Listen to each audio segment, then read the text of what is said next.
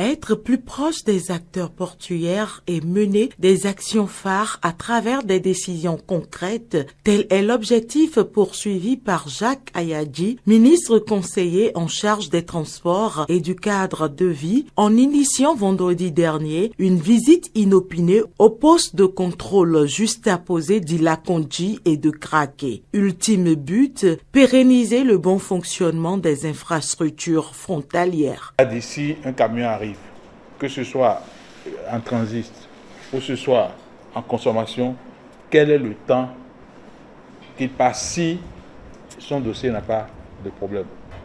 Maintenant, les autres dossiers, là, pourquoi on laisse les camions ici?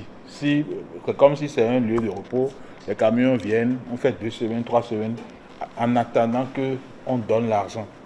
Je pense que c'est des choses que nous devons chercher à corriger. Le dispositif lié à la fluidité du trafic, à la sécurité et à la qualité du service rendu aux usagers a été au cœur des échanges. Quelques acteurs portuaires s'expriment. De la célérité et on passe le poste de contrôle juxtaposé. Nous devons aller à un contrôle conjoint. On doit aller normalement à un contrôle conjoint pour ne pas faire des contrôles redondants. Le Togo finit son contrôle et le Bénin commence un autre contrôle. Et le même type de contrôle. Là, le contrôle n'est pas conjoint, mais c'est plutôt juxtaposé, tel que les postes sont disposés.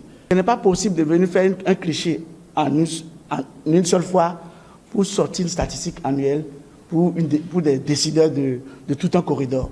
Donc moi, je plaide avec vous qu'il y ait une régularité, non seulement dans la prise de photos, mais que tous les acteurs soient associés. Quand on prend en charge les camions, on les libère aussitôt, que ça ne prend pas du temps, les formalités, et que ces horaires sont plutôt imputables aux autres tiers qui nous accompagnent dans le travail.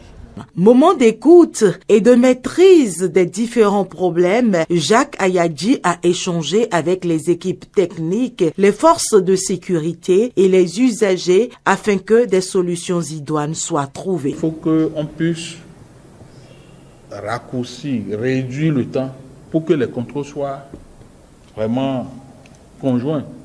Le contrôle conjoint ne veut pas dire décision identique, non? Vous pouvez faire des contrôles conjoints, mais chaque pays va prendre sa décision.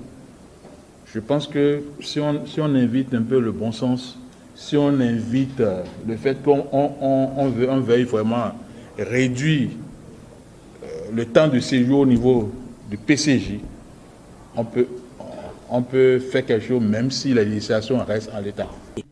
Le ministre conseiller en charge des transports et du cadre de vie a rappelé la nécessité d'un suivi rigoureux de la maintenance, d'une gestion efficace des flux et d'une coordination entre les différents acteurs. Des acteurs qui devront marier efficacité administrative aux commodités des usagers pour des résultats plus probants.